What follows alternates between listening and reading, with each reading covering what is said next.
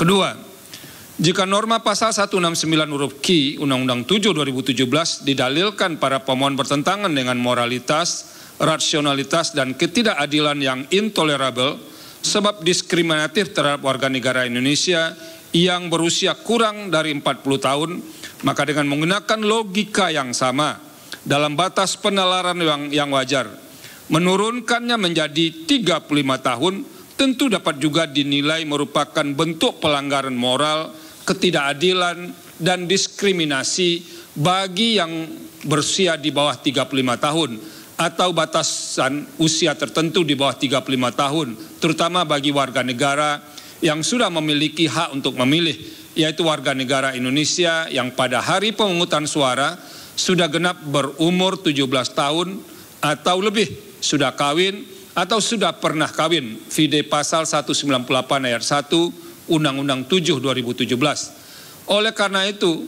dalam hal ini Mahkamah tidak dapat menentukan batas usia minimal bagi calon presiden dan calon wakil presiden karena dimungkinkan adanya dinamika di kemudian hari. Selain itu, jika Mahkamah menentukan, maka fleksibilitas menjadi hilang dan memicu munculnya berbagai permohonan yang terkait dengan persyaratan batas usia minimal jabatan publik lainnya ke Mahkamah Konstitusi. Ketiga, norma pengaturan persyaratan batas minimal usia calon presiden dan calon wakil presiden dalam perkembangannya sebagaimana telah diuraikan dalam subparagraf 3.18.1 di atas berbeda-beda pengaturannya dalam pemilihan presiden dan wakil presiden dari waktu ke waktu, terutama sejak dilakukan pemilihan secara langsung oleh rakyat. Sebelum perubahan Undang-Undang Dasar 1945 atau pada waktu dipilih MPR, syarat usia calon presiden dan calon wakil presiden ditentukan harus telah berusia 40 tahun. Sedangkan setelah perubahan Undang-Undang Dasar 1945 untuk pemilihan umum presiden dan wakil presiden 2004, 2009, dan 2014 ditentukan sekurang-kurangnya 35 tahun. Sementara itu pada pemilihan umum presiden dan wakil presiden pada tahun 2019, syarat usia bagi calon presiden dan wakil presiden ditentukan paling rendah 40 tahun.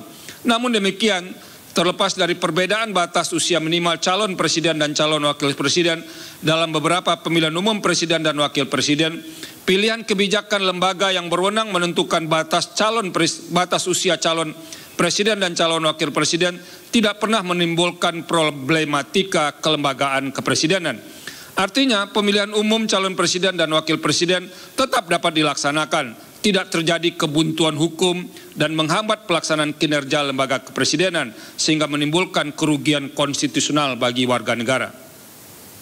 Keempat, tidak ada ketentuan mengenai persyaratan usia yang dapat dipersamakan atau disetarakan dengan persyaratan usia calon presiden dan calon wakil presiden sebagaimana diatur dalam norma pasal 169 huruf Q Undang-Undang 7 2017.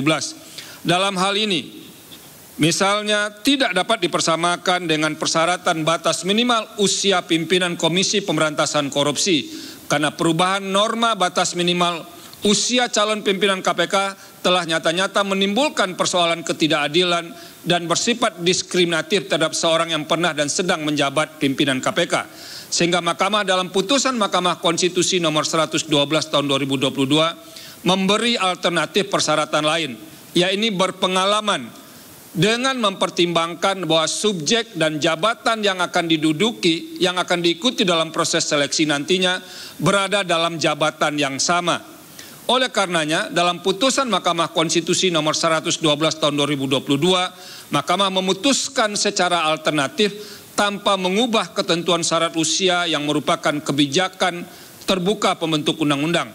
Dalam hal ini norma pasal 169 huruf Q Undang-Undang 7 2017 juga tidak dapat dikatakan sebagai norma yang bersifat diskriminatif sebagaimana dimaksudkan dalam pengertian diskriminasi menurut pasal 1 angka 3 Undang-Undang 39 tahun 1999 tentang hak asasi manusia. Karena norma yang bersifat diskriminatif adalah apabila norma tersebut membuat perlakuan berbeda-beda yang semata-mata didasarkan atas ras, etnik, agama, status ekonomi maupun status sosial lainnya, sehingga pengaturan yang berbeda semata-mata tidaklah serta-merta dapat dikatakan diskriminatif. Menimbang bahwa berdasarkan perkembangan pengaturan persyaratan batas usia minimal calon presiden dan calon wakil presiden, original intent terhadap pasal 6 ayat 2 Undang-Undang Dasar 1945, serta putusan-putusan mahkamah terkait dengan batas usia bagi jabatan publik, persyaratan batas minimal usia calon presiden dan calon wakil presiden merupakan pilihan kebijakan pembentuk undang-undang yang terbuka kemungkinan untuk disesuaikan dengan dinamika dan kebutuhan usia calon presiden dan calon wakil presiden. Bagi mahkamah yang penting penentuan batas minimal usia calon presiden dan calon wakil presiden tidak boleh menimbulkan kerugian hak konstitusional warga negara yang dalam penalaran yang wajar potensial diusulkan oleh partai politik atau gabungan partai politik peserta pemilihan umum sebagai calon presiden dan calon wakil presiden. Sehubungan dengan hal tersebut, keinginan DPR dan Presiden sebagaimana tersurat dalam keterangan mengharapkan agar tolok ukur batas usia calon presiden dan calon wakil presiden disesuaikan dengan dinamika perkembangan usia produktif. Menurut mahkamah, hal demikian menjadi ranah kewenangan DPR dan Presiden untuk membahas dan memutuskannya dalam pembentukan undang-undang. Terlebih lagi, pasal 6 ayat 2 Undang-Undang Dasar 1945 menyatakan syarat-syarat untuk menjadi presiden dan wakil presiden diatur dengan undang-undang. Dalam hal ini, batas usia calon presiden dan calon wakil presiden termasuk syarat yang ditentukan oleh undang-undang. Berdasarkan hal tersebut, menurut mahkamah, batas minimal usia calon presiden dan calon wakil presiden yang disesuaikan dengan dinamika berbangsa dan bernegara sepenuhnya merupakan ranah pembentuk undang-undang untuk menentukannya. Oleh karena itu, dalil permohonan aku adalah tidak beralasan menurut hukum. Menimbang bahwa berdasarkan seluruh uraian pertimbangan hukum di atas, norma pasal 169 huruf Q Undang-Undang 7 2017 sepanjang tidak dimaknai berusia sekurang-kurangnya 35 tahun telah ternyata tidak melanggar hak atas kesamaan kedudukan dalam hukum dan pemerintahan, hak atas pengakuan, jaminan, perlindungan dan kepastian hukum yang adil, serta perlakuan yang sama di hadapan hukum, serta hak memperoleh kesempatan yang sama dalam pemerintahan sebagaimana dijamin dalam pasal 27 ayat 1 serta pasal 28D ayat 1 dan ayat 3 Undang-Undang Dasar 1945. Dengan demikian, dalil para pemohon adalah tidak beralasan menurut hukum untuk seluruhnya.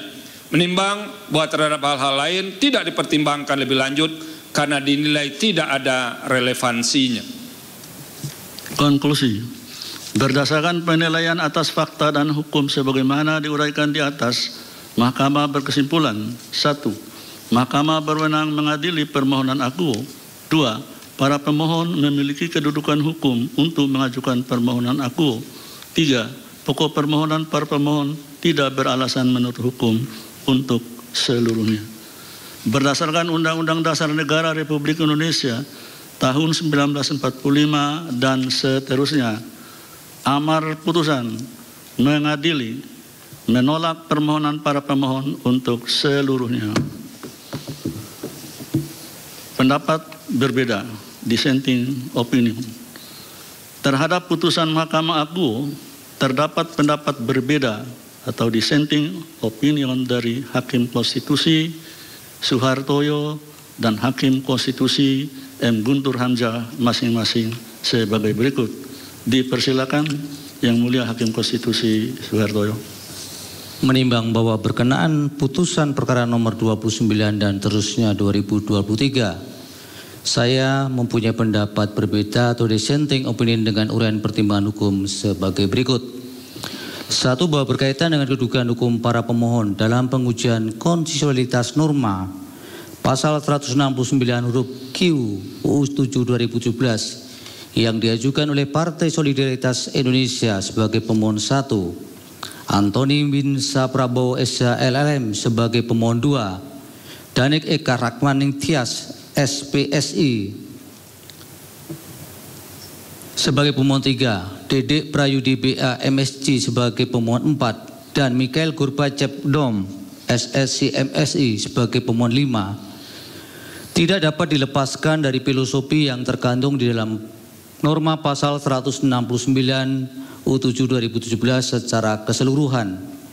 Oleh karena itu, berkenaan dengan subjek hukum yang menjadi adresat dalam norma pasal aku adalah berkaitan dengan keterpenuhan syarat formal seseorang yang akan mencalonkan diri menjadi presiden dan atau wakil presiden.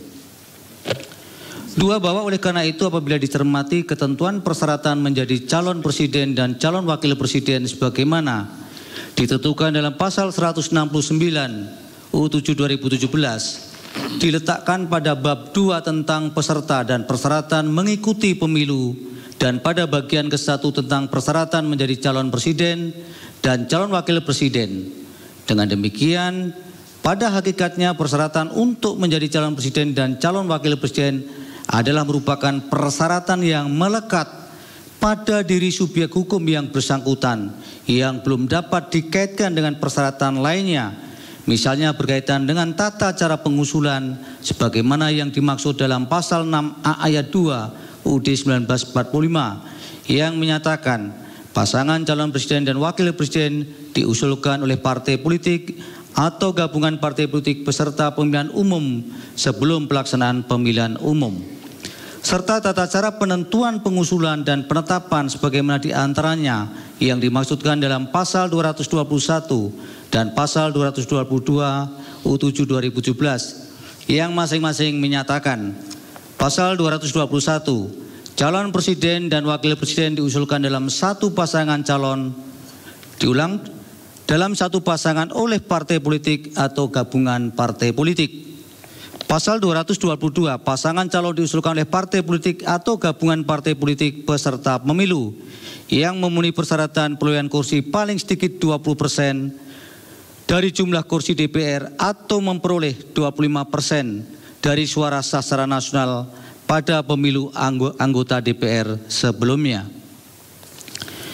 3, bahwa dengan mencermati adanya unsur pemisah antara esensi syarat untuk menjadi calon presiden dan calon wakil presiden sebagaimana yang dimaksudkan dalam norma pasal 169 U7 2017 dengan norma diantaranya pasal 6A ayat 2 UUD 1945 dan norma pasal 221 dan pasal 222 U7 2017, maka sesungguhnya ketentuan-ketentuan dimaksud telah membuktikan bahwa filosofi dan esensi yang dimaksudkan dalam norma pasal 169 U7 2017 adalah benar hanya diperuntukkan untuk subjek hukum yang bersifat privat guna dapat terpenuhinya syarat formal untuk selanjutnya dapat dicalonkan sebagai calon presiden dan calon wakil presiden.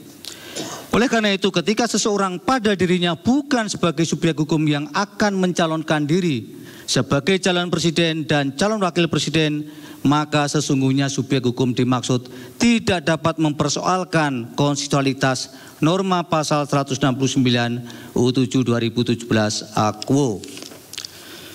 Bahwa berdasarkan uraian pertimbangan hukum di atas terhadap permohonan perkara nomor 29 dan seterusnya tahun 2023 yang pada pokoknya memohon inkonstitusionalitas norma pasal 169 huruf Q U7 2017 untuk kepentingan pihak lain adalah permohonan yang didasarkan pada tidak adanya hubungan hukum antara pemohon dalam perkara aku dengan subjek hukum yang dikehendaki dalam petitum permohonannya. Dengan kata lain, tidak adanya hubungan kausalitas antara hak konstitusional yang dimiliki oleh para pemohon dengan norma undang-undang yang dimohonkan pengujian sebagaimana yang dipersyaratkan dalam norma pasal 4 ayat 2 PMK 2021 dan putusan Mahkamah Konstitusi nomor 006 tahun 2005 tanggal 31 Mei 2005 dan putusan Mahkamah Konstitusi nomor 11 tahun 2007 tanggal 20 September 2007. Dengan demikian, terhadap para pemohon tidak terdapat adanya anggapan kerugian baik aktual maupun potensial dan oleh karena itu terhadap para pemohon tidak relevan untuk diberikan kedudukan hukum atau legal standing dalam permohonan aku. Dan oleh karenanya seharusnya Mahkamah menegaskan permohonan aku tidak memenuhi syarat formil dan menyatakan permohonan para pemohon tidak dapat diterima.